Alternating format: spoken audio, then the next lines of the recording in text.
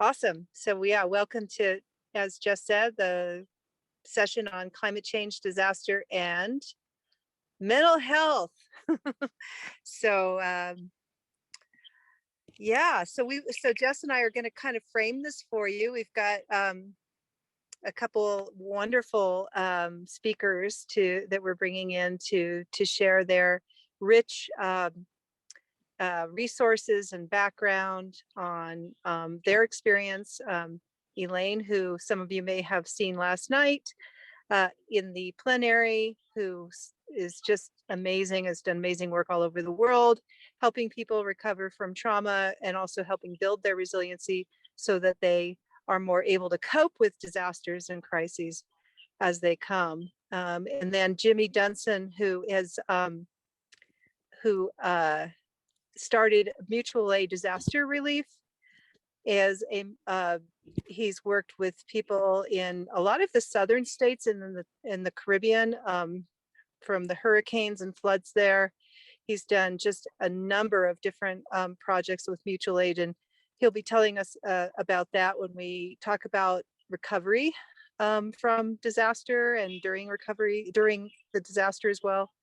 So we've got this kind of structure to talk about sort of the prep part and then the during part and then the recovery part. And of course, it's all kind of connected and all weaves together. But that's what we're going to be offering for you today. And Elaine is going to take us through an experiential exercise that will help you. She's actually going to not just tell you about how to build your resilience and recover from PTSD or trauma, but she's going to give you an exercise that's tried and true that will take you through the experience and that you can take home with you and do for yourself on an ongoing basis and have it as another tool in your tool chest. So yes, just let's frame the preparedness part and climate change part. You want to take that away? Yeah, I'll go ahead and get us started. So I wanted to share that in addition to being a staff member with Transition US, one of the first projects that I got my hands on when coming onto the organization was our Ready Together program. So for folks that are unfamiliar with that program, Ready Together is a neighborhood level toolkit with regards to preparedness. And then also just building this culture of care in your communities so that you can know to share resources, you can have each other's contact information. I think it's really indicative of the health of our culture when so many of us actually don't know our neighbors. If you do, that's a wonderful thing. But for the most part, we've grown very detached and distant from one another. And the systems that we're called to participate in further that distance, that fragmentation, that othering, the class divides, all of these different hierarchies. There's different ways to keep us broken. And so what we're really reflecting on here is like, what does it take? What is the mental, the psychological, like the social design that needs to be in place for us to be better able to collaborate and to care for each other? So that's how I think about preparedness. And so many of us are not prepared, even for simple things. I live in California. I'm here on the Northern California coast, Pomo lands. I have to think about earthquakes being in California. And again, so many of us know this, it's at the top of our head, but we don't take those steps to do it. So thinking that we need a community to support us so that we can really keep this culture cohesive is critical. So that's what Transition US tries to offer to folks. We want to offer you skills, resources, and we want to connect you to other people who are thinking about the same thing, worried about the same things.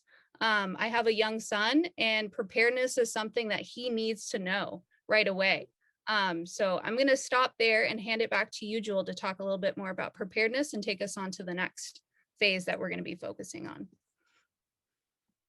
Yeah, thank you. Yeah, there's we're mostly focused on, I mean, we're going to be a chunk of this time we're focused on our personal resilience and preparedness, and because and that's something that we really want to presence as something that to prepare as well as recover from. So there's so many tools that you can do to build your personal resilience. And because when, if, and you do, you are going to be so much more available to respond to crises as they happen. And the clearer and the more grounded we are able to respond to challenges as they arise, the more we're able to respond in a good way that's actually be helpful. People that are, go into panic and or maybe they have some older trauma that gets triggered in the current trauma.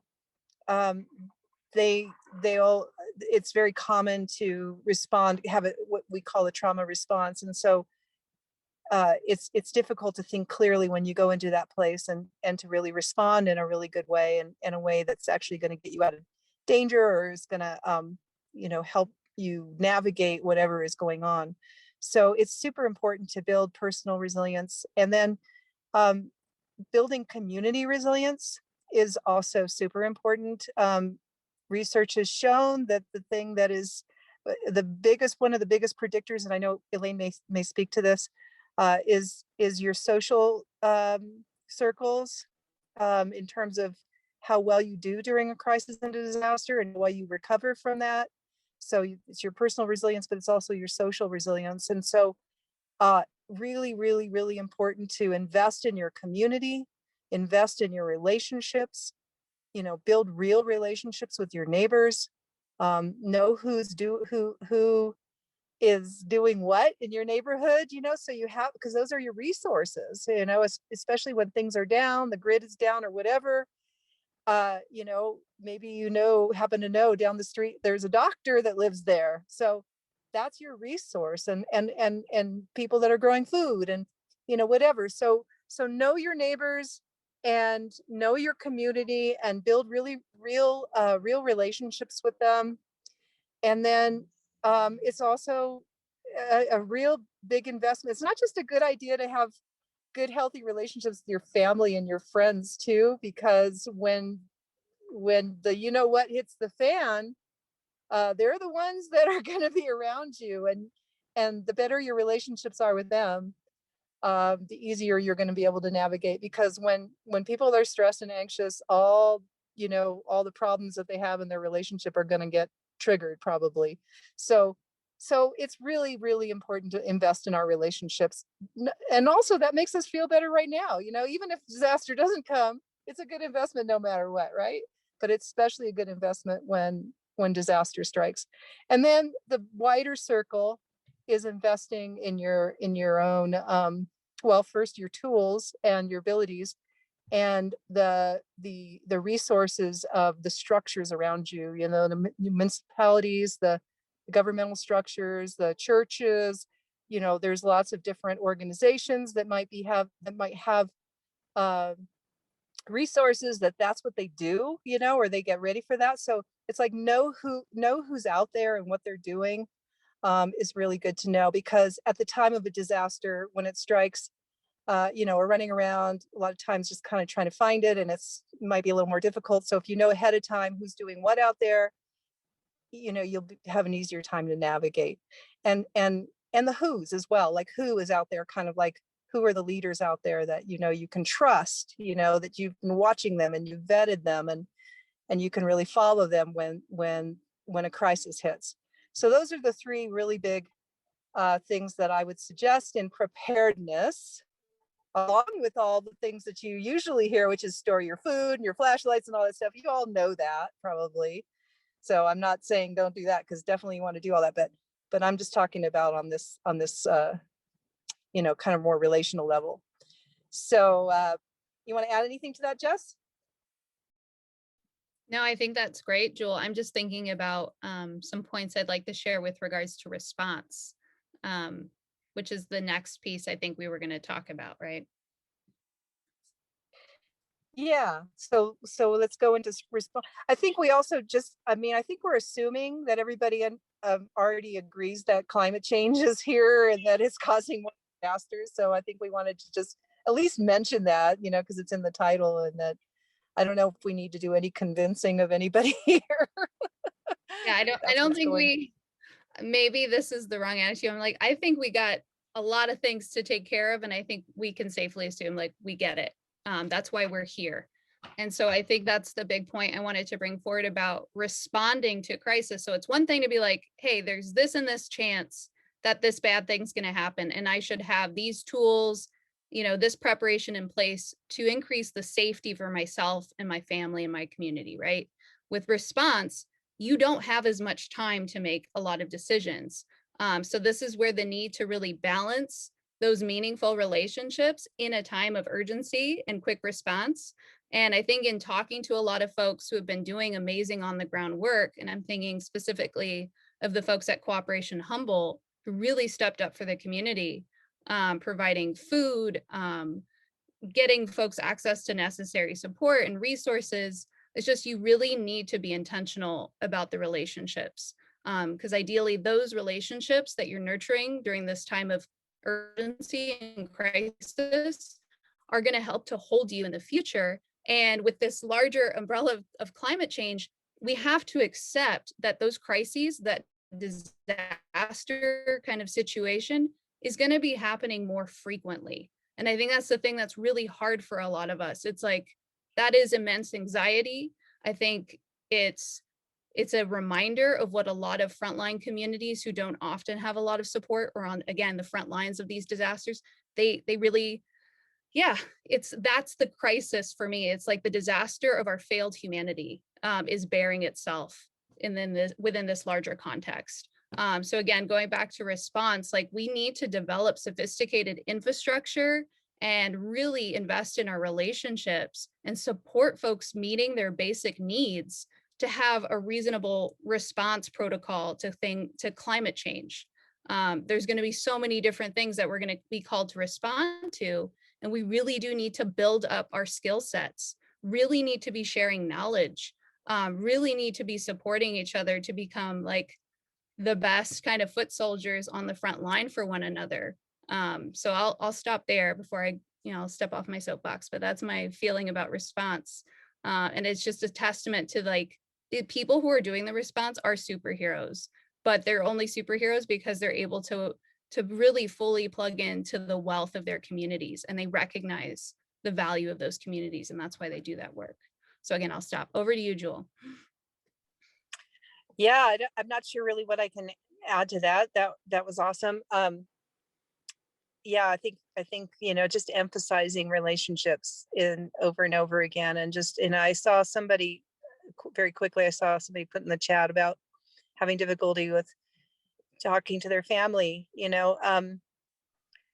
Yeah, I mean, we could have a family that's kind of clueless and checked out about like what's going on or climate change, and that's very real. So how do you build that relationship? How do you hold that? That's a real challenge. That's a real issue. And I think whatever kinds of conversations we can have with people that are in our inner circle, even if it's not what we like to talk about or what we're interested in, whatever we can connect about and really lift up builds that relationship. Because when crisis hits, it's a great leveler, right? No matter what you believe, or you're whether you're red or blue, or you're atheist or Christian, or it doesn't matter. It's like you're in crisis, and it's just all of a sudden everybody's got the one thing they know they need to focus on, and that's helping each other. And that's why a disaster, often you hear these stories about how beautiful it is communities come together and stuff. So yeah, just knowing that the more you build that relationship where you can, the more it's going to hold you when the need comes up. And that's true, of course, in your community as well. Yeah, I'm glad you brought up to marginalized communities. That's something that I really like to also presence, and advocate for, like who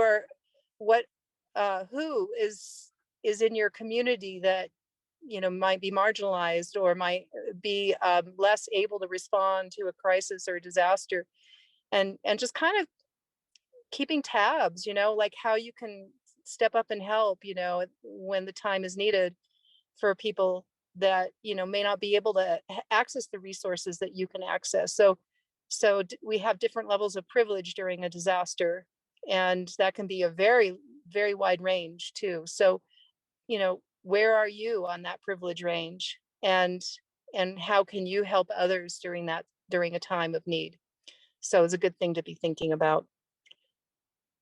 So yeah, back to you, Jess. And then I think, you know, maybe we can once we feel like we've done a good framing here, we can pass it over to Elaine, who's here, and really happy that she's back with us, and she can share with us about building personal resilience both before, during, and after a disaster. And maybe Elaine can share with us the differences of that, you know, like what is the difference of different kind of practice that you do in building your resilience versus recovering from trauma, or what kind of practice can you use during a crisis when everybody's running around with their head cut off kind of thing, you know, or what are the differences in practices, or is it the same practice all the way through, just used differently? So I'm going to be really interested in hearing what Elaine has to say about before, during, and after a disaster in terms of dealing with your own personal ability to respond. But before we move over to you, Elena, Jess, do you have anything more you'd like to say about the framing and the opening of this? I think I just want to say one last thing about the idea of building critical care infrastructure. So infrastructure is this boring idea that often comes up and plagues our political systems. They're unable to pass budgets. It's defined in so many different ways. And I think what we're being called to do here, like as the public, right? You know, folks who are gathered around, like, we have these great ideas and we're frustrated that the world isn't utilizing them. How do we get power? How do we get to the place where we can actually decide together? And I think reclaiming things like infrastructure to include the ways in which we can care for each other. There was a debate whether or not childcare was supposed to be considered infrastructure. I'm like, it's all of those things that are needed to support a healthy society. Collective well-being should be the end goal. And that's not what we're doing. And it's quite clear. So I want to invite you all to really think about how you could utilize these tools. I think there's going to be a lot of sharing of different ways to integrate thinking around disaster response and preparedness. Really think about these tools, think about how you can employ them in your own community, and then think about ways you can take this message up the ladder to your municipality, to your county government. It's all you have to do is call in. And I've seen a tide of folks, and maybe it's 20 people who are calling in with the same message, and it eventually gets someone's attention. That's in addition to doing the on the ground, direct human to human work that is required for us to care for each other during times of crisis and disaster, and also every day. So I'm going to stop there and hand it back to you, Jewel, to introduce our amazing guest, Elaine. Yeah, thank you. Yeah. Yeah, Elaine, as I mentioned already, you know, spoke last night so eloquently, and I'm really excited that we have more of her so she can not only share context of these questions of before, during, and after disaster in terms of our mental health, our ability, our personal resilience, but also, Elaine, I'm hoping you're going to take us through maybe a little bit of an experiential practice, and so we can actually not just hear about it, but experience it directly. What you do with people, you know, maybe a little taste of that, and then after Elaine speaks, we're going to hear about recovery work from Jimmy, which I'm also really excited that he's here. So Elaine, I'm going to pass it over to you if you're ready. I am ready. Thank you so much for having me again. I've just come off of I have all my equipment on because I have a talk show. So I said, oh, I'll just keep it on because apparently my voice sounds better with all my fancy equipment. But I just got finished talking to 3 nurses from Emory University that actually are using the community resiliency model right now for the really the difficult situation that nurses are in right now because of COVID-19. It actually fits in with what we're talking about, because it's how do we create ideas for preparation when things happen? How do we sustain our well-being? And after the fact, how do we continue to sustain our well-being? And I think some of the things I'll have to say are similar, Jewel, because a lot of it has to do with how we start learning about paying attention to how our body's involved with it. But I also want to say that when I've been involved with discussions about climate change, oftentimes when we talk about infrastructure, sometimes the idea of how we support people during and after disaster has to do with where's the water, where's the food. Of course, we need all those shelter. Those are very important. But sometimes what's left out of it, we have crisis mental health, but not necessarily the wellness skills of mental health that we can continue to cultivate before, after, during, and after, that can make a huge difference. So I'm hoping that when we think about our neighborhoods, we think about the communities that we live in, we don't, because it's called disaster mental health. I think it just needs to be well-being that we can use during disasters, like almost changing the name. But what I'm going to do is I'm going to start out a little bit about how, we work in the world. And, just so you know, I've been to many major disasters. I was in Thailand after the tsunami, Nepal after the earthquake, Haiti after the earthquake, Philippines, Typhoon Hunan. I've also been to, sadly, many, the aftermath of mass shootings. But I've learned a lot. I've learned what to do and what not to do. I've made plenty of mistakes. I try to learn from my mistakes of how to create and richer dialogue. And, Jess, I like some of the things that you were saying is that we have found that when people can be showing up as their better self, which sometimes is hard when there's a disaster, there can be better communication because, Jill, you mentioned it, because our executive functioning is online and we can have those kind of communications. And one of the things the nurses were sharing with me that they're seeing increased violence in their hospitals, not just from patients to nurses, but in between nurses. Why is that happening? And I think it's because people are so stressed that they are out of what we call our resilient zone, our zone of well-being. And if we are up there long enough, then someone can say, oh, you didn't do this right. And all of a sudden people are shouting at each other. You may have had experiences like that. So I'm going to pull up some slides. I'm going to teach you some skills today. I've got 30 minutes. Is that right? Is that how much time you've given me? It's 30 minutes? Yeah. Is that it? Yeah, 30 to 40. Okay. Yeah. Oh gosh, 40 minutes seems like cream on the top. All right. So let me get started.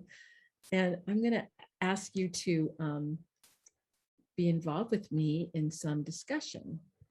So let's see. Hold on. There we go. All right, so here's it's called the community resiliency model, and I'm going to call it CRIM because it's just easier to say it that way. And I want to talk to you a little bit about, how this kind of fits in to what we've been talking about and all this conference is about. First of all, it's to provide a structure for preparation to further strengthen resilience, also known as well-being, so communities can respond to events with strength and compassion, and also share a common language. But also part of our efforts through the Trauma Resource Institute is we want to create a cadre of community resiliency model teachers made up of professional and natural leaders of communities. And we have found, and we talked about this yesterday, that, of course we need professionals in the mix, but we also need that person who lives at the end of the block, who everybody goes to anyway. And how can we equip that person with additional skills? Because if we can, when there's not a crisis, when there is one, they'll also be able to better help and guide their community. But also, we can share very simple wellness skills with children, teens, and adults. And they can learn wellness skills. And somebody sent me a video of their 4-year-old daughter teaching her 2-year-old brother one of the wellness skills. So the things I have to share with you, some of you know this already, all the things I have to say, we've just kind of put it in a menu option that makes it very accessible and also it's adaptable. So we also, with our model, we want to link community members and survivors to community-based programs and also governmental entities that support prevention, resiliency, and restoration of the community. And one of the things I think that we've seen, those of us that have worked with disasters, is that it's not, the work that we did in Paradise, a year later, there are still people living in their cars. We sometimes don't hear those stories, but those stories very much exist. So right now, I'm going to ask everyone, it's an invitation. What or who gives you strength? What or who helps you get through hard times? What uplifts you? And further questions are, how have you grown from your hardships in life? How is your family, community grown from these hardships, or what have you seen in others? So I'm not going to ask you to answer all the questions, but take one question. Just think about it for a moment. And then what I'm going to invite you to do is put your answer in the chat so that we can have a shared experience of what each of us may see as how we cultivate our well-being. And I'm wondering, Jewel, could you read what people say in the chat for me? Yes. Thank you. It's hard for me to see the chat with my slides. Take one of those questions. How does prep for sheltering in place contrast with prep for getting the heck out of Dodge? Well, I don't know if that was relating to your question. That might be an earlier. I think I saw that earlier, but I can talk Here- about that too. Here's But a no. creating and maintaining healthy. No, they're coming in as I speak. Having a vision of what the world could be. That's a good one. Future template. What else? God is my strength. I gain strength from mentors with a strong spiritual foundation. Creating and maintaining healthy soil gives me strength. Keeping an eye on the big picture and keeping my sense of humor. Dreams and creativity gives me strength. Helping others gives me strength.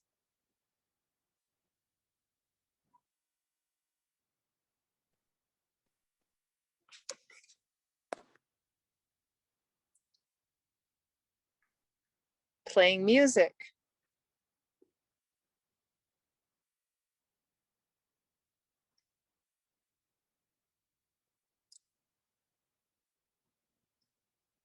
So just waiting for more to come in here. My strength comes from my ancestors and from the earth.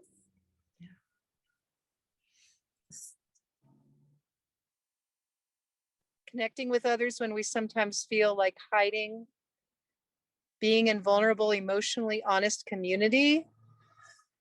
Family support. The fire in paradise in Magalia still impacts me to liking with others who went through it is very helpful. Linking, I think, is with others who went through it. I get a lot of strength of talking with and reading about people who are open to seeing things as they are and responding with positive solutions. And gardening. Growing from hardship, increasing listening skills. Poetry roots me. Eating together. Thank you so much, Jewel. And you can continue to put things in. But even as you heard Jewel say the things out loud, is there one thing that you maybe said yourself, or maybe there are others that you heard from some of our collaborators here today that landed on you? Because I know when I was thinking about poetry and some of the poetry that I have read in my lifetime, and I just had felt this deep breath inside of me. And I don't know if you can see me, I just put my hand into my heart. Now, I didn't do that on purpose. I did that because oftentimes when I think of things that sustain me, that give me strength, there are gestures that are calming that go along with them. So I'm going to invite any of you, if you would like, to notice any sensations within as you maybe think to yourself what gives you strength or the answers to any of these questions. And to just notice what happens on the inside. And I'm going to ask you, Jewel, if I can't, could I ask you a question, Jewel? Would that be all right? Sure. Could you share what the answer to one of those questions? Would that be possible to share out loud? In the chat? Oh, no, just share it with me right now as you're talking to me. Okay, ask me again, please. So, so what gives you strength? What helps you get through hard times? What uplifts you? To just name one thing. My spiritual connection to life and to nature. So when you think about your spiritual connection to life and nature, and maybe even just calling up a moment of whether it's a spiritual practice or a place in nature that you like. Do you notice anything happening on the inside as I ask you that? Yeah, I notice when I think about it, when I notice that my breath goes lower into my body and I feel relaxed and feel more connected. And is that pleasant sensation? Mhm. Yes. So I'm just going to invite you to continue to notice that. So thank you, Jill. We didn't practice that beforehand. You didn't know I was going to ask you that, but thank you so much. So what I just did with Jewel is I invited her to call up something that's important to her. And that's what I found as I've gone across the world in the aftermath and also during a disaster. Those things can help nurture us in those moments. And I'll talk a little bit more about preparation because I think that the more people we can get prepared to be individuals on the ground with wellness skills. And I'm just bringing one set of wellness skills forward called the community resiliency model, knowing that there's many more. But I think the more that we can cultivate in our communities, the more that we can be helpful to each other. And also, I think that when we do that, there's more capacity to build those kinds of relationships. Because when we access I'm going to just say it's a parasympathetic nervous system, and it's our resting and digesting, it's the calming part of our nature, that actually helps us to be more in our zone of well-being, that we can communicate with others in a different way. So the community resiliency model, I'm just going to tell you a few things about it. It can be used across the lifespan, like I told you about the little girl. It can be used across cultures. I've been to so many different places around the world. I just had a very, very meaningful, lively conversation yesterday with one of our community resiliency model teachers from Rwanda who arrived last week to get his PhD at Loma Linda. And he was telling me how important this work was to the people of Rwanda who may not be psychologically oriented, but certainly wanted to cultivate their well-being. And I think that's the other thing I want to say to all of you. Many of you may be psychologically oriented, but many people across the globe, including in the United States, are not. So, but what people usually would like to cultivate their well-being. And so that's why we bring this forward as a wellness practice that can be used before, after, or during an event. And when we talk about resiliency, because we use this word, and I'm feeling like it's very important right now, because resiliency can sometimes be weaponized. But I think about resiliency as, I think someone said a sense of humor. And I love that because I think I've seen a sense of humor even in very difficult situations. But we look at it about cultivating our compassion, being solution focused, really bringing out our individual and collective strengths, not only individually, but also I saw someone mention the traditions and of their culture. But we really want to cultivate embodied well-being. So that's what I was just, when I asked Jewel about what she noticed, because it's like when we embody it and we notice the sensations, it saves it to our hard drive of our nervous system. And it also then can lead to more optimism and hope. And I've also seen where even in the most dire situations, people have been able to sometimes have a little speck of hope that keeps them going. But also I want to say clearly about it, because some people say, oh, if you're into resilience, you're not into observing our suffering. And to me, you can't talk about resilience and cultivating well-being without acknowledging individual and collective suffering, recent, historical, and transgenerational, that may have happened to our communities as we try to build and prepare for what is coming. And I have a few things I want to say about climate change, and I wanted to bring out, and I acknowledge that there's someone here from Paradise, or anyone who has lived in an area where there's been such mass destruction, and certainly you are in my thoughts and my heart. This was a study that was done. It was published in 2021, and what they found that direct exposure to large-scale fires significantly increased the risk for mental health disorders, particularly post-traumatic stress and depression. However, resilience factors led to the significantly improved prediction of improved health outcomes for all mental health outcomes.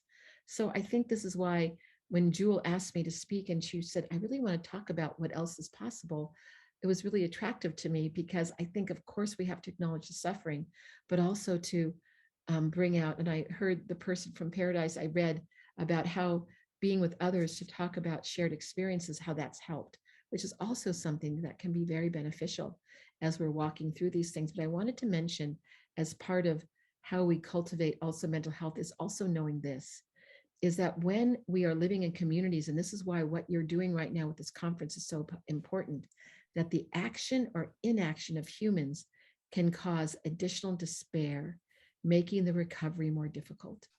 And I'll give you a very tangible example of that. When I was in Thailand after the tsunami, many people, maybe Thai people, were very upset at their government because they had been planning to do a warning system and they were dragging their heels saying it was too expensive. And then when you think about the massive loss of life that happened, not only in Thailand, but all of that part of Asia, if they had warning systems, it would have been different. And that's what I think is the infrastructure of preparation if you live in a zone that has tsunamis. But and so what does that look like? It also leads to what we call, I think, more moral injury, because maybe the outcome could be different. And that's what many people, the nurses shared to me, that some nurses in healthcare are feeling, oh, I don't want to take, I'm so sad that you're dying. And if you would have taken a vaccine, you wouldn't be here. And no matter how anybody here feels about vaccines, I'm telling you what some experiences are for some nurses, but that can also be with all the different things that may have come from climate change, or sometimes not caring so carefully for our environment with what just happened in California with the oil spill. So as I say that, I've seen where these disasters and have been an opportunity to create better prevention and also bring people into community action. So one of the things that we have felt is important is to have a shared language. And so in our community resiliency model, we talk about this zone of well-being, or the resilient zone. Kids call it the okay zone. But basically, when you're in your resilient zone, there is a charge and a release. And it doesn't mean I don't want anybody to think it's your happy place. And I have another slide that kind of more clearly shows this. It's really the rhythm, the vitality of who we are as human beings. And I can say that I have been sometimes angry in my resilient zone and sometimes sad, but I have still been able to handle the anger and the sadness where I haven't struck out at others. But sometimes, angry indignation, let's say about people who haven't taken, for some of us who haven't taken climate change seriously, may also propel us into advocacy. But we're not so angry that we lose, like we flip our lid, or we lose our compass so that people can't hear us. So I just want to really be clear that this is really our vitality. It has a rhythm. And during the day, we may find ourselves sometimes happy, sometimes tired, sometimes angry, sometimes worried, calm, but we're able to manage our lives, even though we may have all these kinds of feelings and lived experiences. But as life happens, we may have this zone, but then there are the stressful or traumatic things that happen to us, are the reminders of them. And so instead of this nice rhythm, it may look more like this. And certainly those of us that have experienced trauma or highly stressful experiences, we may be stuck in what's called the high zone, or we may also go into what we call the low zone. And so basically the high zone is you're irritable, you're angry, and the low zone is you're disconnected, you can't connect to others. But when you're all talking about the importance of relationship, do you think that we can really cultivate relationships very well if we're in our high zone or low zone? But if you're like me, I've been in both zones, and you don't have to raise your hand, but just think, have you ever been in your high zone like Elaine? Have you ever been in your low zone like Elaine? I've asked that question to many people around the world, and they say, yeah, just like me. And so what if you could start to read your nervous system? And so when you were going into either one of those zones, that with intention, that you might be able to come back into your zone of well-being, or come back down into your zone of well-being. And so what we've seen around the world and what our research is showing is that you can. I wanted to show you this because I also want you to know that people contextualize. So this was designed by the Pasquayaqui tribe in Arizona. And so they have many of community resiliency model teachers from their tribe. And so they said, is it okay if we contextualize it with the language of our tribe? And I said, of course, please do. So here's what they call the high zone: heart loss, thought loss. And so, and look at the OK zone, they call it the balance zone: spirit, mind, body, emotion. And we know that many of our native peoples, if you are come from our indigenous individuals within our communities within the United States or beyond, that oftentimes the organicity was already incorporated into how they viewed the world and how they viewed individuals within that world. So we are very proud that we make these kind of offerings. And I get so excited when people take the language that we've created and add their culture into it. So that's part of who we are. But when we have that common language, you notice I didn't say, oh, you're so crazy, you're in your high zone, or, oh my goodness, you're disconnected again. We really try to move away from pejorative language, because if we see that all of us can be in either one of these zones, no matter what, maybe even a mental health condition may be diagnosed, we have the capacity to understand that and also do something to maybe move us out of that. So I want to explain a little bit about the concepts in the model, and that we focus on the biology of the human nervous system. And we've seen all over the world that there are common reactions. I've asked like 6 questions all over the world. What have been the common emotional, physical, spiritual, behavioral, relationship? I'm missing some. There's 6 altogether. And I want you to know that the answers are all the same. Whether I'm in Nepal or I'm in parts of the US or Tanzania or Rwanda. And so I thought, oh my goodness, this is the human condition, that we do feel, we sometimes have distorted thoughts. We sometimes are angry and sad. We sometimes start doing things to others, or we may self-medicate to our harm. But if those are common reactions, then how can we as individuals, but as communities, look at this as a common reaction? And how can we help each other that can ultimately also help our family and community? So what we do is, it's very simply, in this model, we help people learn to read their nervous system so that they can learn how to return to their zone of well-being that we call the resilient zone, through very simple wellness skills. So the model is based on organicity, so that there are storms in nature. There are the cycles of the moon. There's the cycle of the ocean waves coming to the shore and receding. Sometimes there's large waves, sometimes there's small waves. Sometimes there are beautiful sunny and beautiful spring days and fall days and winter days. So that also exists within our nervous system. And so some of us who've had trauma, and certainly with natural disasters, we can feel that those sensations and thoughts and feelings and the ways we're behaving may be trapped forever. But what we've learned is that we can learn to start paying attention to sensations of well-being, and that can transform our personal experience and the way that we walk through the world. And if you've ever felt trapped, it's also important to know that we have something called, it's called neuroplasticity, and that's the lifelong capacity of the brain to change and rewire itself. To me, this is the hope of the nervous system. And also neurogenesis is the ability to create new neurons, new brain cells, and connection between neurons throughout a lifetime. So it doesn't matter how old. My father-in-law died at the ripe old age of 105, and he used these skills for himself. And I used to use them on him to remind him about his strength when he was feeling a little wobbly at the end of his life. Because there's another concept that comes called Hebden's theory. And Carla Schatz is from Harvard, and she made it simple for us to understand, if you're not a neuroscientist, which I'm not, is that brain cells that fire together wire together. So what we pay attention to grows. And so when you start paying attention to your well-being, it can expand. And so this is something so important for us all to know about, because no matter how wobbly you may feel today, if you start paying attention to your sensations of well-being, that they will expand. And so I'm going to pause there for a second, because I'm going to teach you some simple skills. But before I do that, I want to see if there's any questions or comments so far.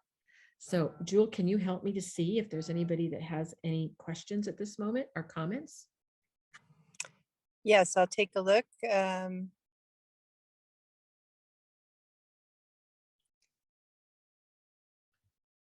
Comments, somebody's saying that high zone during Hurricane Harvey and low zone from reminders of it.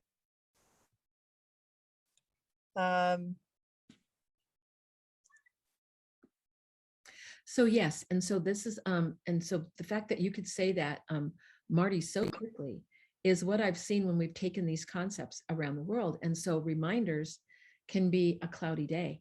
It depends on what that is. But we as human beings are designed to pick up the multisensory reminders of the things that could have harmed us. Obviously, we're all here alive, but there are things that may have harmed us in our life. And to remember that we're designed for survival. We are an incredibly amazing system that is designed for survival, that I think is also connected to our discussion yesterday about the ability to restore ecosystems that we talked about. That can happen in our environment, and it also can happen within us as human beings. Such an important thing for us all to know if we have ever felt that kind of despair. Yes, Ruth, smoke, airplanes, helicopters.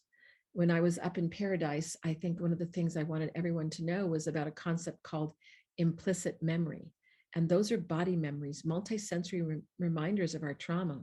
And so one of the things that some of the parents were saying to us, well, they were doing a lot of barbecues outside, but sometimes when the smoke would start, the children would come and run to their mom or to their caregiver. And I was explaining to them about how the smell of smoke can be a reminder of when the smoke was happening during the fire.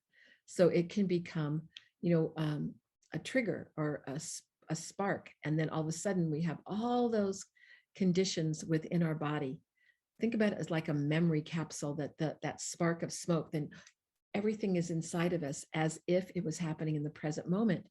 And that's one of the hard things about trauma. But it's also one of the things that we know about that we can learn to override it by stopping what we call the feedback loop. So that if the part of the brain, it's called the amygdala, and it's like our smoke detector, it's like our appraisal system.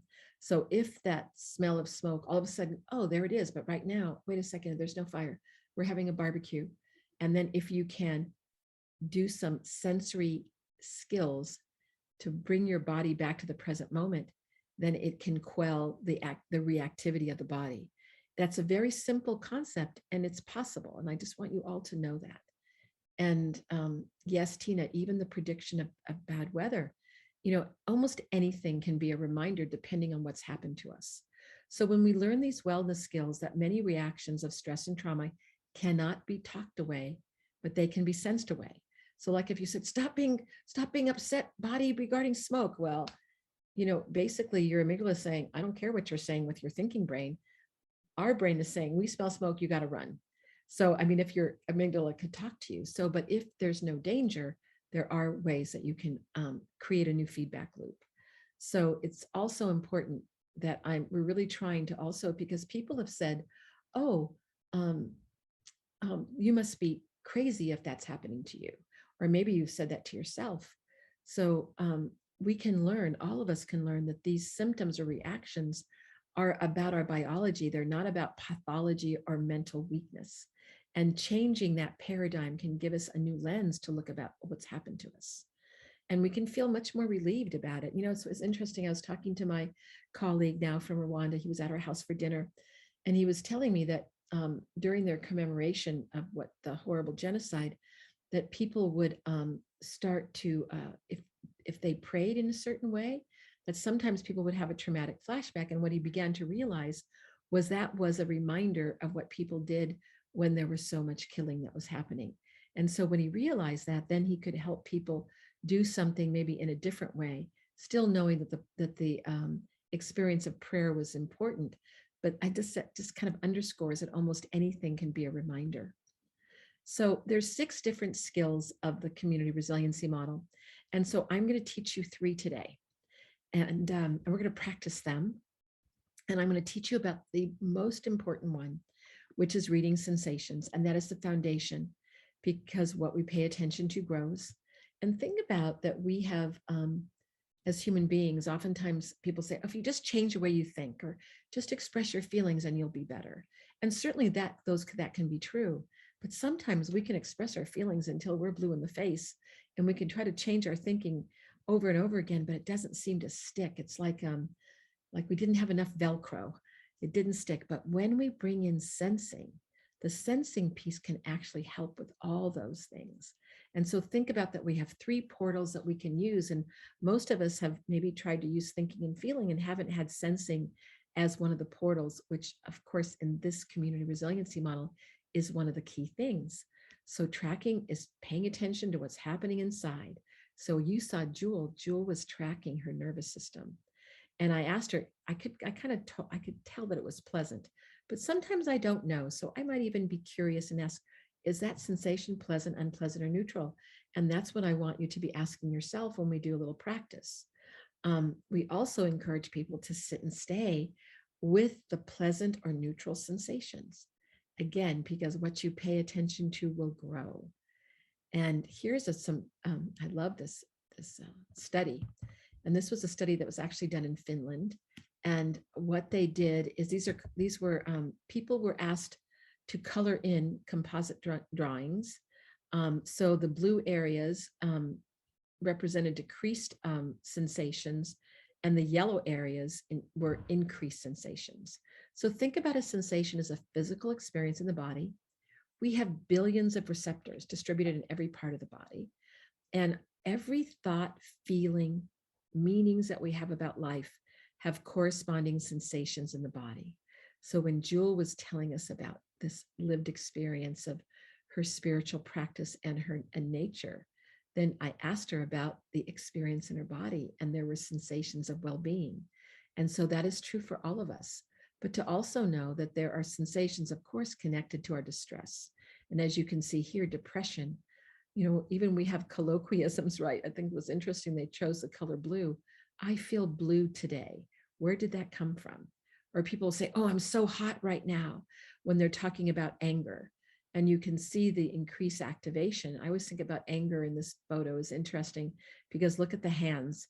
And sometimes people strike out when they're angry, don't they?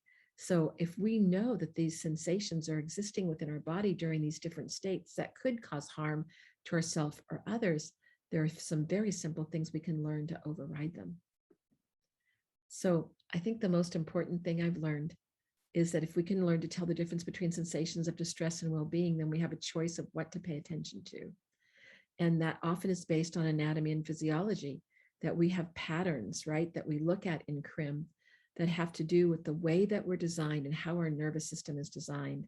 And so when we talk about maybe feeling distressed about some of the, let's say the reminders of a hurricane, and all of a sudden you might feel your heart beating fast. That's your sympathetic nervous system that prepares for action. So if you were at a threat because of a hurricane, it's like your body's saying, get the heck out of there, run, get to shelter. And so, but for some of us, we can get stuck in that preparation for action so that we can feel like we're always there. It's almost like we have an engine running inside. And that's when we can have problems if it stays too long with our immune system. It's called toxic stress. And so that's why it's important to cultivate ways to prepare for rest. I noticed that one of you said meditation was one of the things that gives you strength or uplifts you. In meditation, the practice of meditation accesses the parasympathetic nervous system. So it is, has much research about the well-being of it. But sometimes when we're in the midst of a disaster, it may be hard to have a quiet space to where you do your practice. So what we've learned with the CRIM skills, it can be done anywhere, even when it's during some of the more difficult times. So this is a really important slide, and I have this in here. It's all like a brainiac, but interception is when I started reading neuroscientists talk about this, it was like what I call an amen, hallelujah moment. And that's our ability to observe body sensations in response to how we think, feel, and move. So for example, if it was hot outside and you had a sweater on, your body would have a temperature change. You might be too hot. Then your body would have an action of taking off the sweater. If it's too cold, you'd put on a coat. So you already know about sensations, but you may not have been paying attention to the same way that I'm going to be suggesting to you that you start cultivating this intentional awareness. Because this very smart man, Dr. Martin Paulus at the University of San Diego, he found that people who had greater body awareness, that they had also a reduction in impulsivity, and it also promoted their emotional regulation and clear thinking. So there may be some very good reasons to pay attention to these sensations, and to start cultivating our well-being, because it may be another portal for helping us when we're distressed. So here's a list of sensory words, and I'm going to do a very simple sensory exercise with you right now. And so it can be like a new language for some of us. Children sometimes can do this much easier than we adults. But I'm going to invite you all to put your hands together with your palms facing, and to very slowly start just rubbing your hands together. And I'm going to ask you to increase the speed to where you have more friction. And I'm going to do it really fast. And as I do that, if I'm looking at temperature, my hands, my palms are very hot right now. So then I'm going to slow it down. And even as I slow it down, it's cooler. It's still warm, but it's not as hot as it was. And if I completely stop, then I'm going to invite you to stop. You'll notice that within a few minutes, your hands will most likely go to neutral again. So that is one way to help people understand about sensations. And there's many sensations that we experience connected to many life events.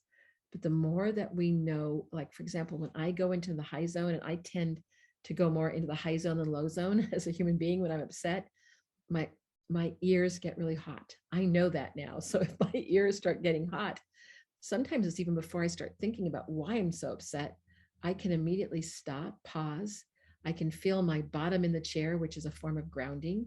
And I can bring in one of my resources. Maybe I'll think about my granddaughter, and all of a sudden my nervous system quells, and that can happen in a nanosecond. So then I'm coming forward with my cortex in its best possible form in order to try to create solutions around whatever I might have been upset about. So those are sensations. But my most favorite way to learn about sensations for each of you is to cultivate a resource. And this was actually a slide we made when we did a training for tribal nations, and we had a lot of images of our indigenous people. But a resource can be anything. It can be a person, a place, a thing, a memory, a part of yourself that makes you feel calm, pleasant, peaceful, strong, or resilient. It can be real or imagined. It can be internal or external. When I was talking to Sam yesterday at my house, and I have 4 dogs, and he said, in Rwanda, we don't have dogs as pets. And he said, so I'm having a little bit of a thing here. This is such a culture shock. And I have all these little dogs. And so by the end of the evening, he had a little dog in his lap. So he was getting accustomed to the idea. But he said a resource for our Rwandans are our cows, if we were going to say an animal. So what I love about doing this work around the world is it can be anything. So, and maybe you have furry creatures. Many of us in America love our dogs or our cats. But for other parts of the world, that might be true, but it's so individualized. This picture to the left, I actually took, and I was in Yosemite, and a beautiful, wonderful spring day. So when I look at that, I just immediately took a deeper breath. But there are so many different resources that we have that have to do with sometimes the things that we smell, the things we see, touch, taste, sounds, music, places we've been to, people, traditions. So I'm going to invite you all right now to just take a pause and to think about one of your personal resources. And then when you think about one, a very important part of thinking about the resource is, what are the details about your resource? So like if I was to look at that picture, and I can see it in my mind's eye right now, I can think about the coolness, the beauty, the smells. I was walking with my husband, and I just took a breath, not by intention, but automatically. You need to have details in order to cultivate that, so to deepen the resource within your body. Excuse me. So just take a moment to think about the details of your resource.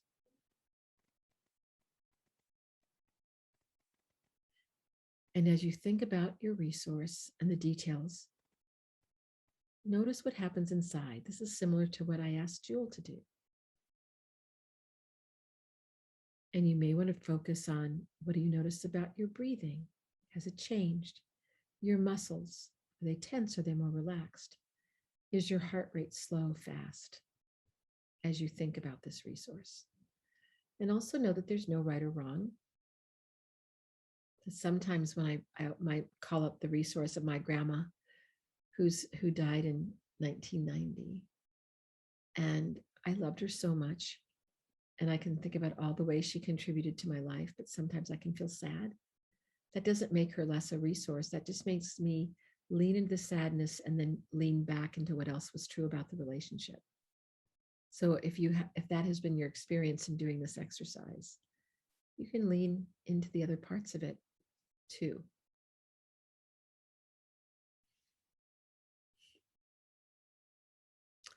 So I'm going to ask you, if you'd like to put your resources in the chat. And I'm going to ask Jewel again to read them out loud, so we can experience all the resources that our group may have come up with. So let's see, Jules, what may have come up, if anything.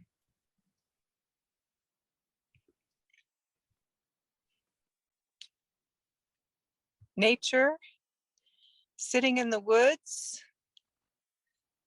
a lake surrounded by trees with swans and ducks, pets, an ocean, trees, music, arriving home after school as a child to the smell of my mother's fresh baked bread, my grandmother asking me what I wanted, huddling with my family, activism, designing, creating, my cats. So just the things that have been put in so far, I'm going to invite you all to just continue to notice the sensations connected to what your resources are. And you might even have found some new ones from what Jewel has read to us. I certainly are reminded of more too, as I've seen the ones that have come through the chat.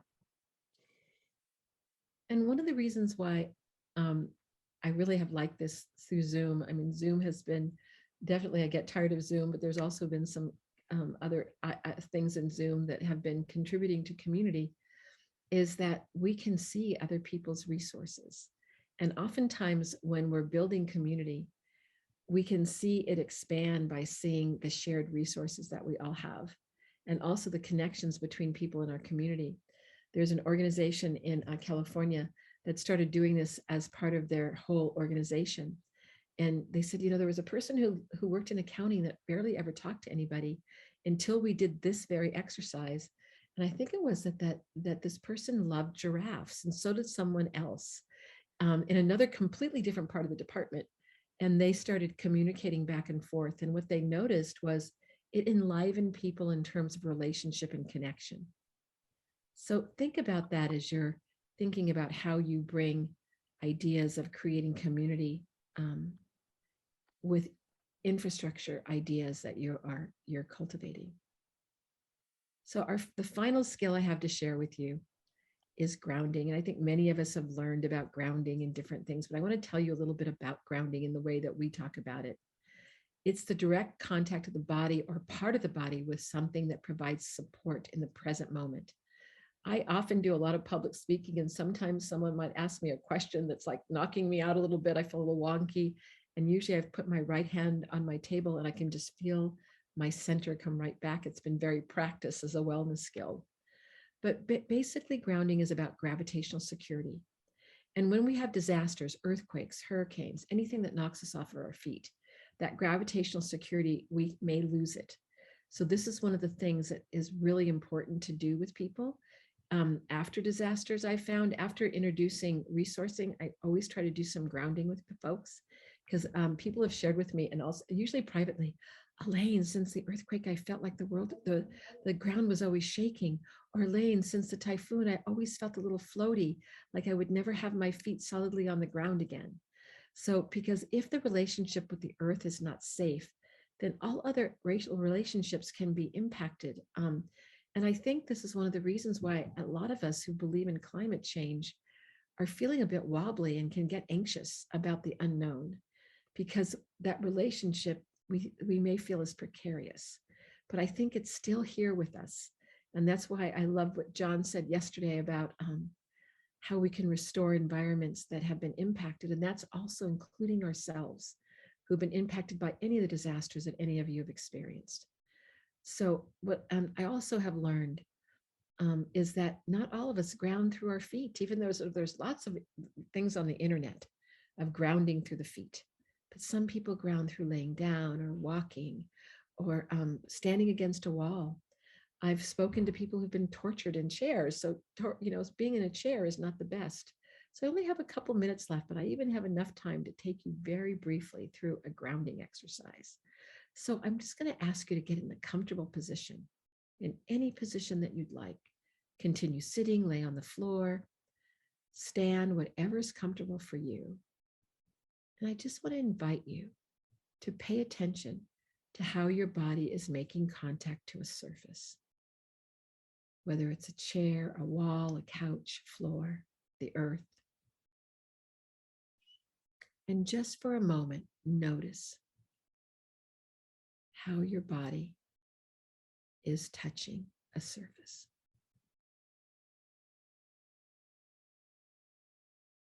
And as you do that, if it's helpful for you, you can also notice how your feet are making contact with the ground, but maybe it's your back or your arms or your head, your legs. And just take a peek on the inside. What do you notice about your breath? About your muscle relaxation or tension? And I'm going to invite you to draw your attention to sensations that are pleasant or neutral. For some of us, when we quiet the body, we sometimes feel pain or chronic pain that we may have. And if this is your experience, I'm going to invite you to find anywhere in the body that feels a little bit better, even if it's just slightly better. And just try to shift your attention to that. And then notice the difference. So I'm just going to invite you to take a few more minutes, a minute or so, and to notice any changes inside, again, focusing on what's pleasant or neutral.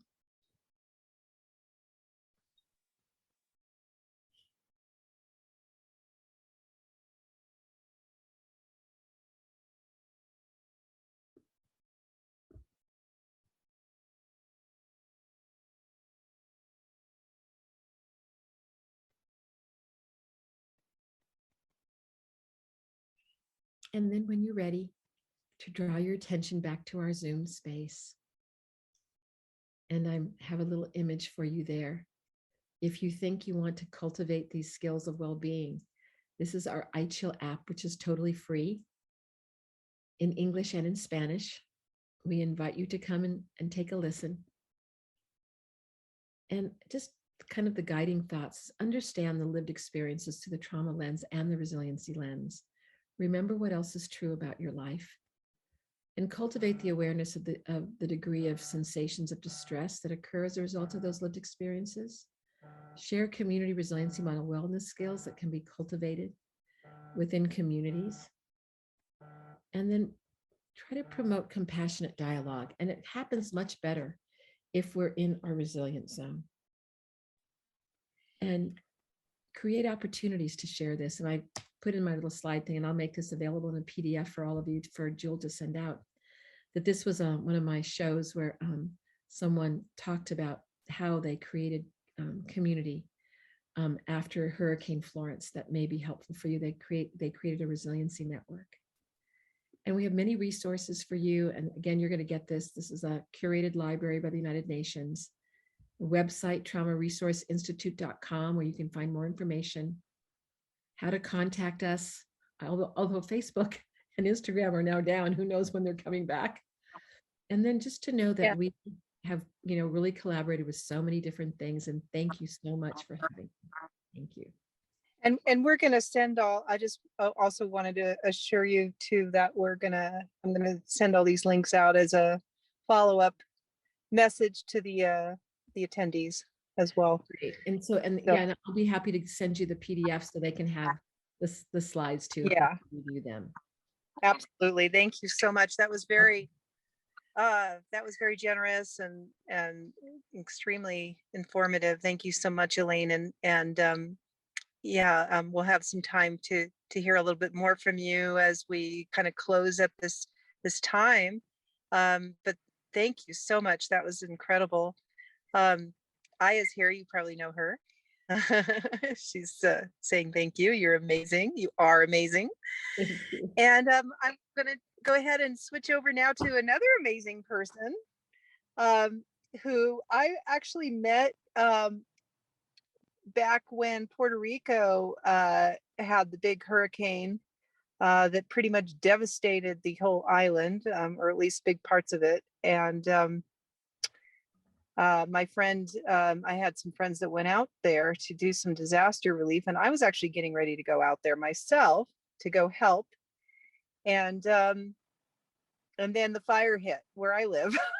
So that pretty much diverted my attention very effectively. And I learned a lot about disaster firsthand by just getting in there with my sleeves rolled up. And Jimmy Dunson is definitely a guy with his sleeves rolled up.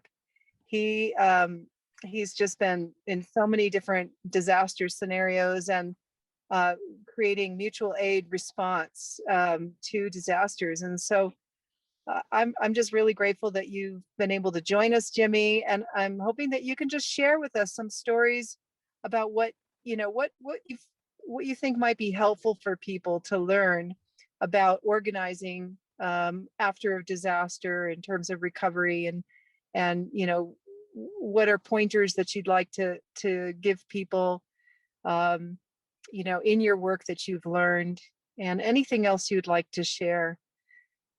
And and also tell us where, I know last I spoke to you were, I think, in Florida or somewhere, but please remind me where you're living now.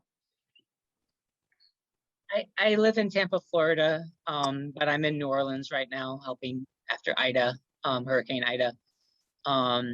Any pronouns are fine. And I'm with Mutual Aid Disaster Relief.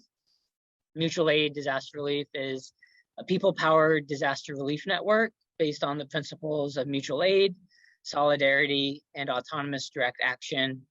And we work with communities to help folks lead their own recovery. We try to be flexible, to be different in different circumstances. That's one strength of mutual aid.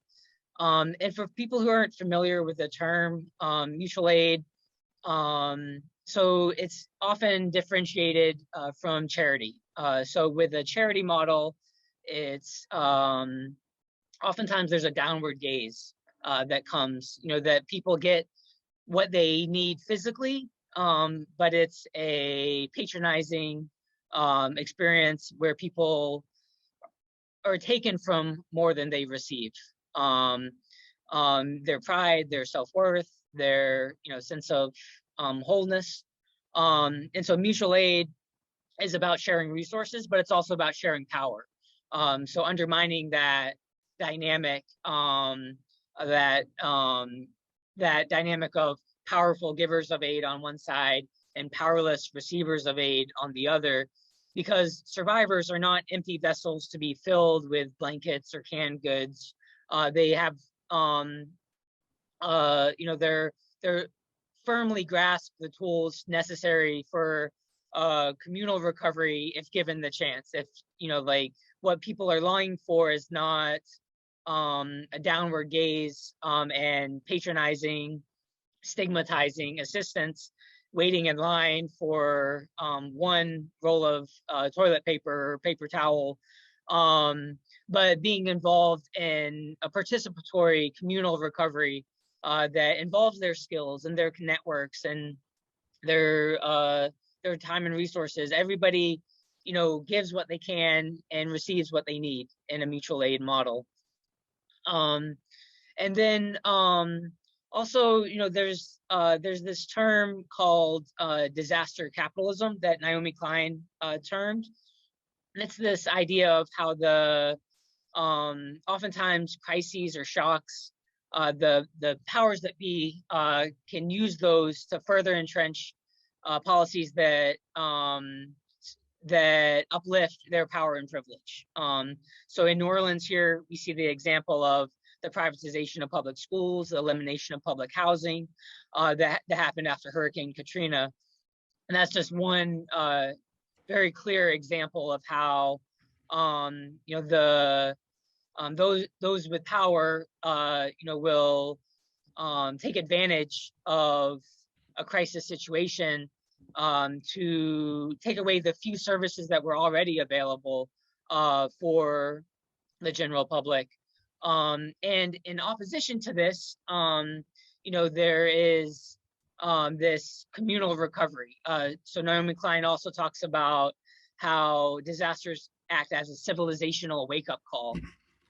And part of how we recover is through a communal recovery. It's through, like oftentimes after a disaster, and I'm sure those of you who've lived through Paradise Fire or Hurricane Harvey or other disasters, people spontaneously come together to meet each other's needs after disasters in small and big ways. Just clearing debris, psychological and emotional first aid for each other, to setting up wellness centers. There's a story that Rebecca Solnit talks about in her book, A Paradise Built in Hell, where a community kitchen started after the San Francisco earthquake with one can and one spoon, but still, like they shared, and then it became, a vibrant community kitchen. That's one lesson that I've learned in doing this type of organizing, is that you don't have to, come with a whole warehouse full of supplies ready to distribute, or you don't have to set up a whole hospital off the bat. You can start with a first aid station. You can start with sharing the extra food that you have, and then making it known that this is, communal, that this is, that we are sharing with each other in this space. Then, you might start as a first aid station, but then a massage therapist comes in, a nurse comes in, a doctor comes in, and everybody's able to use their skills, and share. Same with, supplies or work crews or other aspects. We can start small and then it can grow and snowball from there. And another thing I wanted to mention, especially with the topic here, is I was struck by the similarities in when I compare disasters, the elite response, the bottom-up response, and crises, mental health crises, and the top-down approach and the bottom-up approach.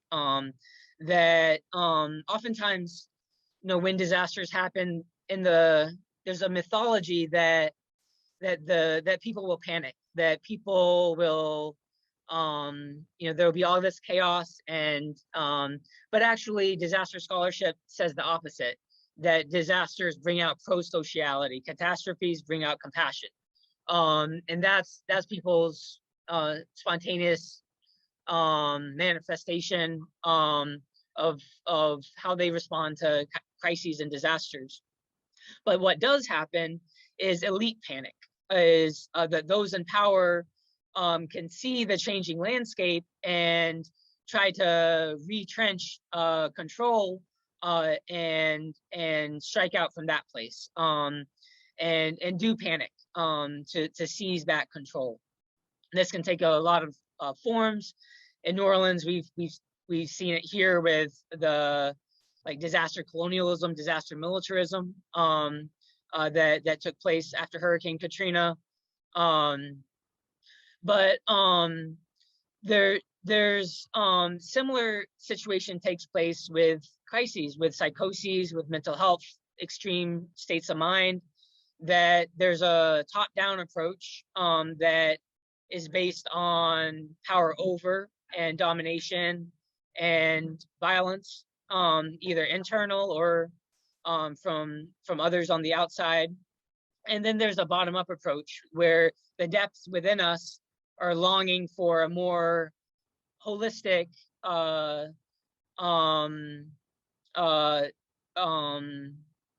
wholeness and healing rather than just a return to normal.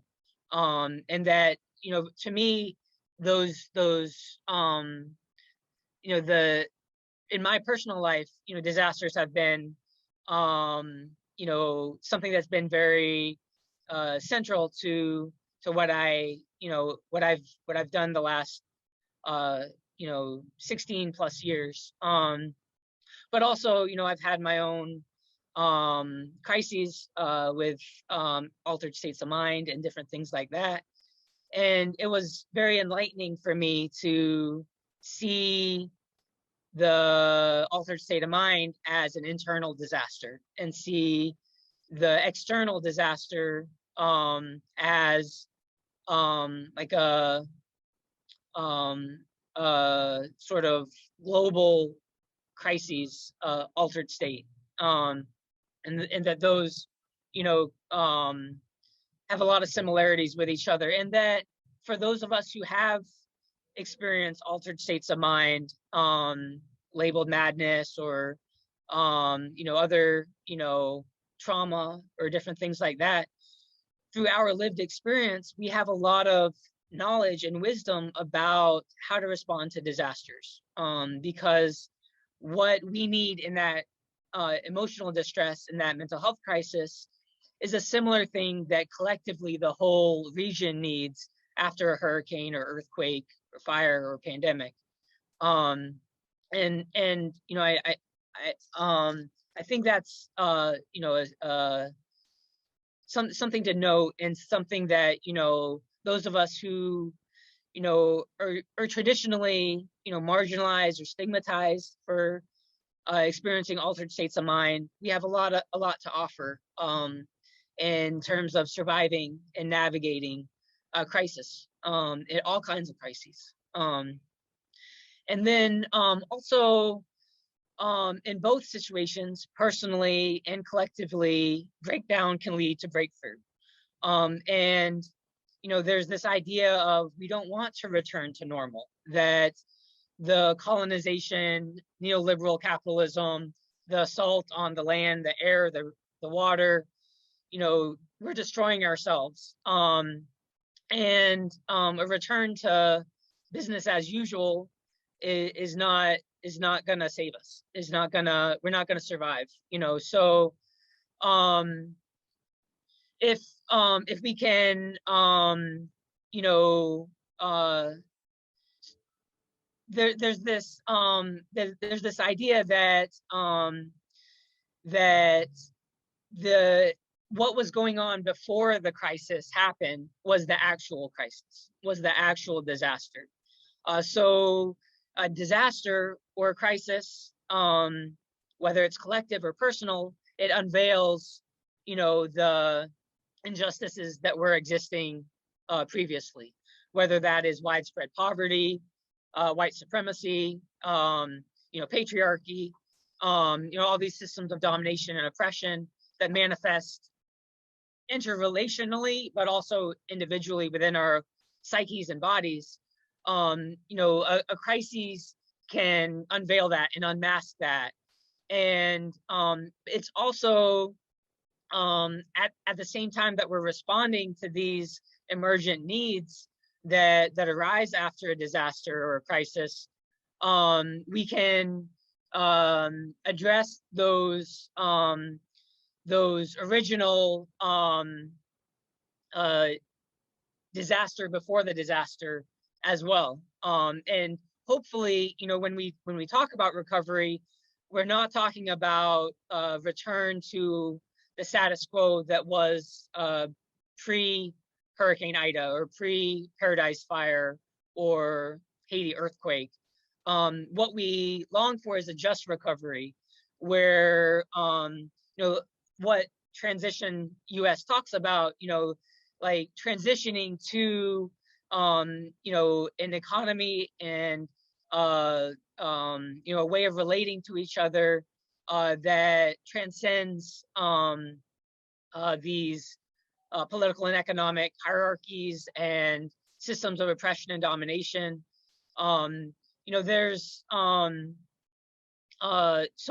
there's this like even though a disaster comes with a profound amount of loss and trauma and suffering, it also it's a window where there our friends with the West Street Recovery have a zine about a window propped open, and there's to borrow a phrase from the Zapatistas, there's a crack in the wall that happens when a disaster happens.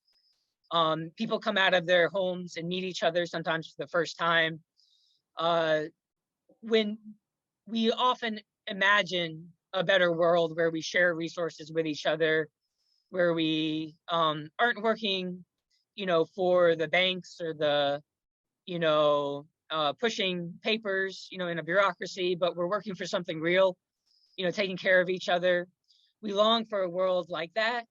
And in a very small microcosm, oftentimes during and after disasters, we see that world in the here and now, and how we relate to each other and how we take care of each other and help each other through these difficult experiences. And Dorothy Day said after the San Francisco earthquake that while the crisis lasted, people loved one another. And so what we feel like our role is we want to make that love last.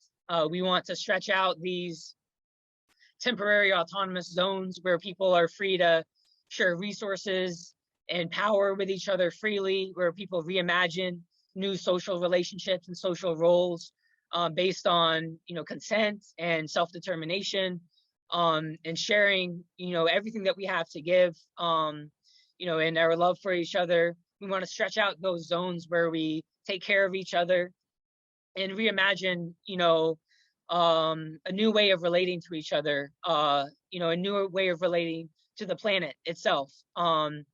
There's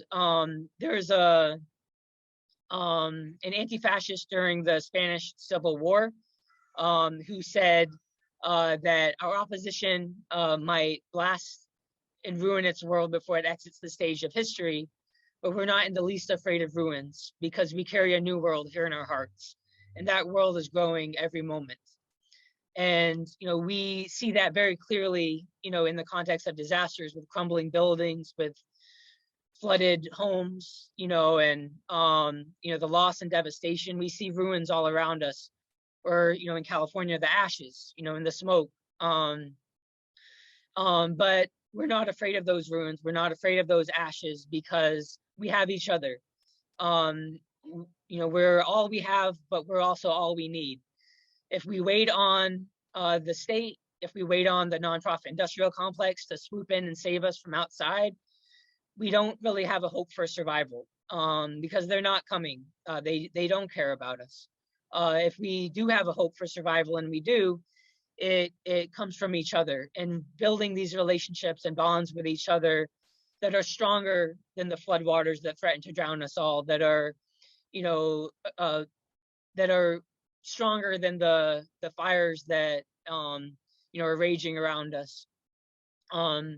And I know you all are part of that growing world as well. And I'm excited that especially over the last year, I've been able to see a very beautiful blossoming of mutual aid projects and initiatives and efforts, from based around COVID, but also extending beyond that.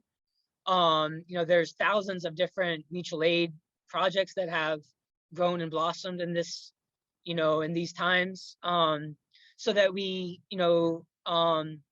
oftentimes I was, talking about, all these disasters and in the future tense, but we got to stop talking about it in a future tense, because it is very much, current, with the, historic fires, historic floods, historic hurricanes, historic pandemic, and it's there's no signs of it stopping or slowing down.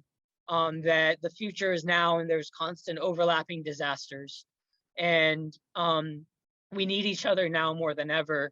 And also, it's hard, to see, the trauma in doing this type of work. Both what people experience, the loss, and then also like bystander and vicarious trauma.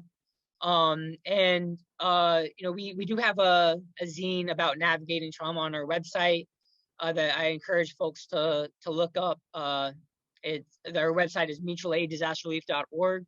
We have a lot of resources on there, some related to mental health, but then some just in general about mutual aid or disaster response, different things like that.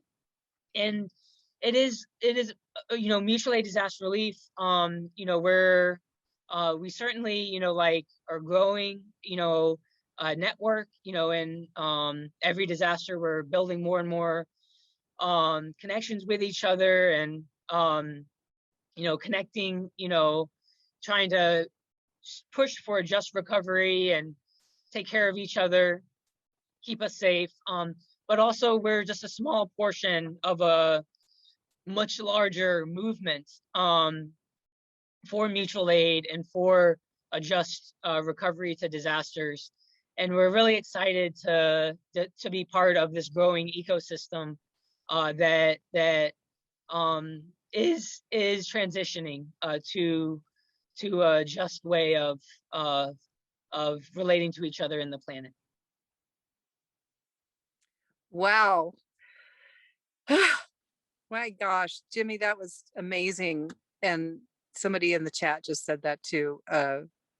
Yeah, you covered a lot of ground, and I'm just so grateful for all that you're doing. And we've got about 20 minutes left, and I'm hoping Jess and you and Elaine and we can just have a little bit of a conversation to close out. And one of the things I'd like to bring up to maybe as a either you can bounce off of or bring up your own things that you feel like didn't get spoken to in this conversation as we move towards the last 20 minutes. But the one thing that I'd like to say that you made me think of is in doing all this mutual aid work, which I've also done, and as you know, I've got a mutual aid network called Era of Care .net, so you can look that up. But in my mutual aid work, I noticed that after the fires especially, and then we had 2 or 3 different fires, one right after the other, and I was really working hard and trying to do stuff, and then I hit this wall, and I started experiencing a lot of mental health problems, like you were talking about, and it was really extreme. And I didn't know, I heard about compassion burnout, and I really got to experience that firsthand. And then vicarious trauma as well, in talking to people and meeting people that have lost their loved ones in the fire, along with all their everything they owned. And I was very fortunate and privileged to have my wellness practice and my spiritual connection, because I was able to take some space for myself and get held by a trusted friend and be able to just grieve deeply and very long. And I cried like a baby. I just sobbed and sobbed for hours. And I realized that all that grief that I had been holding was what was just really affecting my mental health and making it so that I was no longer had any more capacity at all. I was like down. And so I really want to bring that up because I think, especially in this culture, we're not encouraged to grieve, and it's such an important part of the process of disaster that we give ourselves space to grieve so that we can keep moving, so that we can get our capacity back. And a lot of mental health issues do come out as a result of not giving ourselves that space. Not all of them, obviously, but many that I've seen. So I wanted to speak to that. And the other thing I wanted to speak to was first responders and second responders, which are the second responders are like Elaine and you, and we're all there trying to help keep the community going after the FEMA's left, after Red Cross has left for whatever good they did. All the resources are gone that the people may be identifying as resources, and now they're supposed to get on with their lives. No, so that's the second response. I call it the second responder. So it's like meeting the needs of people after all the resources, the government resources and the big NGO resources have pulled out, and the mutual aid is left over, and just the communities, and then also attending to the first responders who are not given tools to grieve and told to, they don't have that culture where they can just, go find ways to heal. And the suicide rate is very high for first responders after a disaster, as I understand it.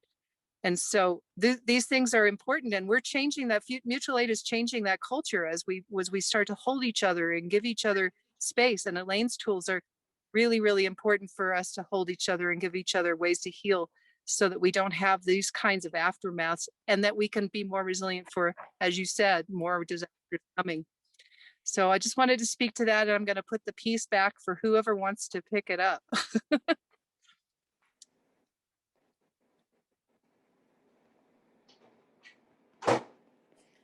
I just want to say I spent a lot of time in Haiti after the earthquake of 2010, and of course they've just had another earthquake.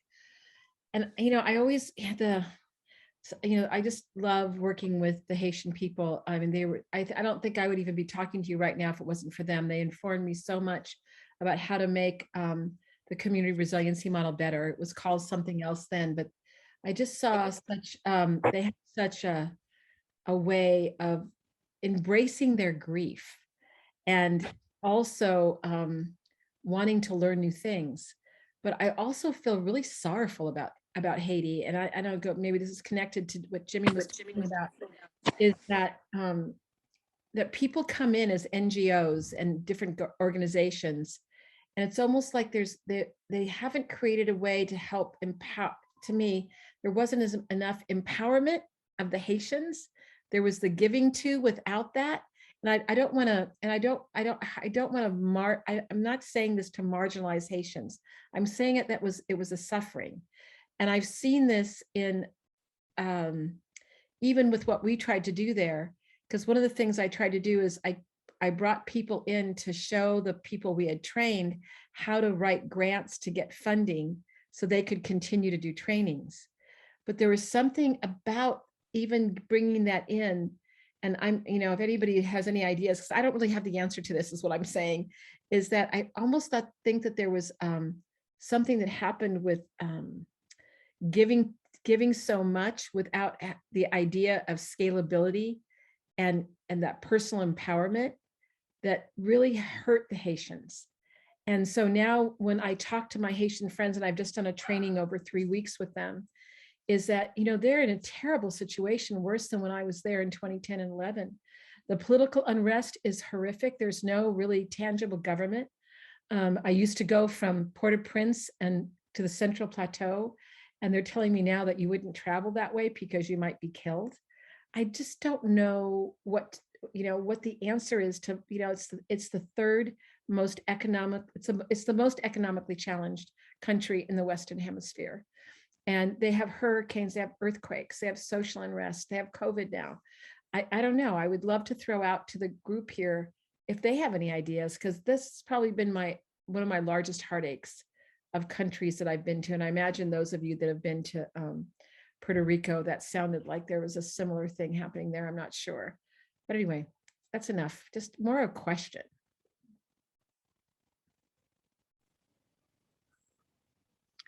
Jimmy, were you in Haiti or Puerto Rico? I know you were in Puerto Rico, weren't you? You were in Haiti too? I was not in Haiti. I was in Puerto Rico though. My experience of Puerto Rico, I wasn't. There were other folks that are involved with mutual aid disaster relief that were there in the immediate aftermath of Maria. But I was more later on helping with the solar infrastructure. After Hurricane Maria, there was a beautiful outpouring of Centros de Apoyo mutual aid centers all throughout the island that were seizing formerly government buildings and turning them into mutual aid community centers. And so we were able to help outfit a bunch of those with solar infrastructure to further their autonomy. And also I just wanted to mention, I really appreciate what both of you had mentioned about creating space for grief. That, for me, when me breaking down wasn't me failing. Me breaking down was me healing from the profound, hurt that I experienced in doing this type of work. And that, I feel like if we can see our, vulnerability in that way, that our deeper parts, are moving us towards wholeness and healing, and moving us collectively towards wholeness and healing. And breaking down is a part of that in my experience personally. Thank you. Jan, we have a hand up here. Looks like Janice, do you have a question? I do.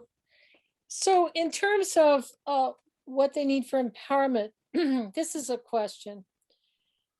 They have a very unique history of revolting and having that not be successful. And this incredible lack of recognition of their what's positive about their culture and their history. And I'm wondering if part of the healing could come from the outside in terms of recognizing their pride and their, what they missed when they were not able to have a successful revolt. I see that kind of shame and humiliation that still exists in indigenous cultures, even though they try to offset it with their traditions and stuff. So what do you think about that prospect of reparations, not reparations, but that kind of process of restoration of that, a recognition of their devastation as a culture? Janice, I think that would definitely be a part of it too. Yeah, I'm sorry, Elaine. I just wanted to, I'll let you speak in just a minute, but I just also presence that we probably should have somebody from Haiti to speak about that too. So I don't know, but go ahead. No, I think it would be great to do that. I mean, having just finished that, I think it's just, as a world community, I feel like I'm an ambassador of the world. I've been to so many different places. And I think of all the incredible potential in all the young people that I've met and the people of Haiti. And then I see the continued suffering and struggle. I think if there is a country that brings my grief on full force is Haiti. So anyway, just to say that I do know some Haitians that you could bring on to talk about these things. Yeah, I think that would be powerful. Yeah, sorry. I mean, it's your experience is super amazing and valuable too. I wasn't at all, taking away from that, but I just thought the kind of question Janice was asking was more, it sounded like something maybe, more from a Haitian perspective, but I'm not sure. And also, I think somebody wrote that in the chat. Can I just quickly jump in? Because I think this is a really important conversation, and it relates to what Jimmy was sharing about the difference between charity and mutual aid. If Yes. we took a look at the Yeah. aid relief machine operating around the world, it just so happens that it often comes with, if there's an offer of loans, for example, for a country that was hit and devastated, they're going to be saddled with debt. There's going to be a mechanism for perpetuation of colonial violence to continue. And it's not my intention to speak for the Puerto Rican or the Haitian people. I think we need to account for and be honest about the violence that our country consistently perpetuates against these places and infringing upon their sovereignty. And the native people of this country and all around the world they have already told us, recognize our sovereignty, recognize the fact that we're holding, this is what was shared yesterday, we're holding and stewarding so much of the biodiversity that we need to keep this planet just functioning and healthy. So I think we also need to folks have spoken up. I think a lot of folks have already spoken. Now the time is where are we going to do to move those resources into the right hands and into the right places? And I think for me, this goes back to a conversation around infrastructure. It upsets me that there are folks putting themselves on the line doing mutual aid work because of the failures of the state to properly provide for the people. And that's something we need to be very real and honest about, especially in this country. One thing that both of those insights brought to mind for me was that there's this also over the last year there's another mutual aid network, Indigenous mutual aid, that has arisen, that offers a very fresh and also ancient perspective on mutual aid that isn't rooted in European anarchist ideology, but is more rooted in Indigenous ways of being, that there's a lot that can be said and a lot that can be learned, that a lot of these nations, a lot of these cultures have already survived the end of the world, have already survived apocalypses, and they continue to survive and go forward, move forward, individually and collectively. And for those of us who are living in cities or in settler colonial nation states, we have a lot to learn facing the catastrophes on the horizon, the coming apocalypses. We have a lot to learn and listen to our Indigenous friends and partners, and how we might be able to navigate that in a way that is just and rooted in just relationships.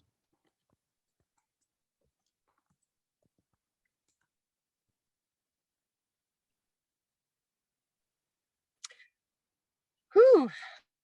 We sure went to a pretty potent subject.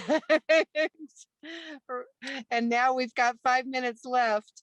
How should we close this, Jess? Let's see. I know I'm just going to take a deep breath and really pull in all of the amazing nourishment that I've gotten and received from this space. Thank you so much, Elaine, for sharing these amazing tools and your body and legacy of work with us. And Jimmy, thank you so much for what you're doing every day, just standing on the front lines. It's an honor to have you both here. And thank you all folks for joining us. That's where I'm at, just a place of gratitude. Jewel, I don't know if you have anything else you'd like to share before we close.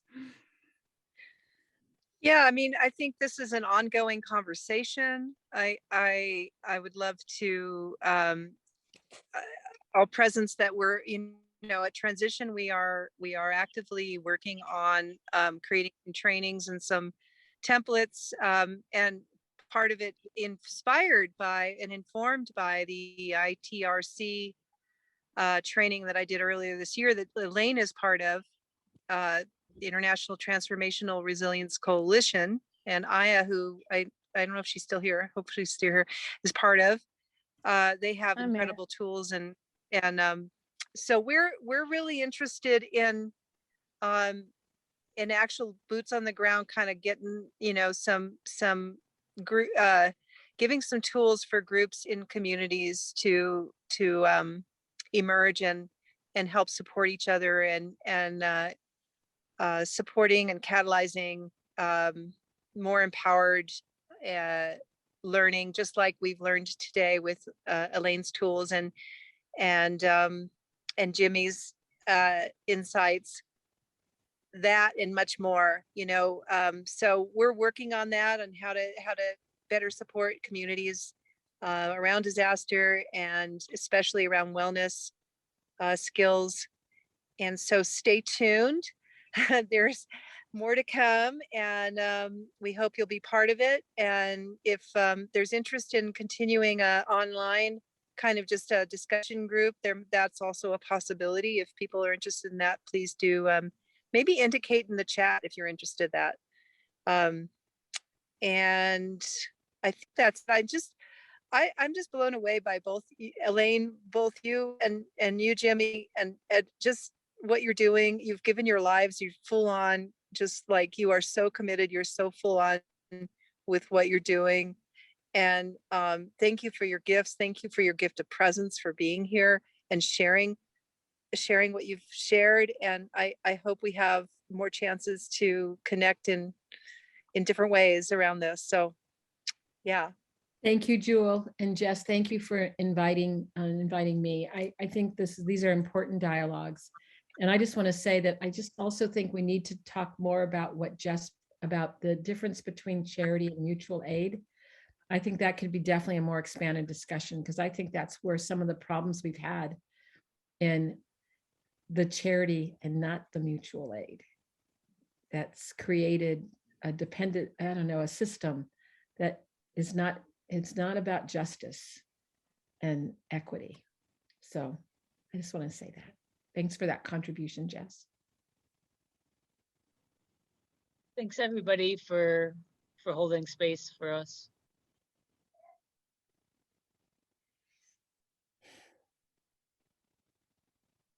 All right. Thank you. Bye. Thank you. Thank you, everyone. We hope Thank you have you. a wonderful rest of your day. And like Jewel said, let's keep the conversation going. Use Mighty Networks. And please reach out to us if you're feeling passionate about this kind of work. Put my email in the chat as well. Shout out to Aya too. Hi, Aya. Hi, Elaine. Yes. Good to see you. Thank you for today's offering. Yes, thank you. All right. Elaine will be, I'll be definitely reaching out to you, and Okay, please. Jewel. We're gonna have sorry. that. We're gonna have that meeting in person, maybe. Who knows, right? Yes. And maybe if we're lucky, Jess will even be able to Oh join my us. gosh, that would be wonderful. All right. I would be so giddy. All right. Thank you so All much. right. Bye-bye. Bye-bye. Bye. Bye, Jimmy. Thank you.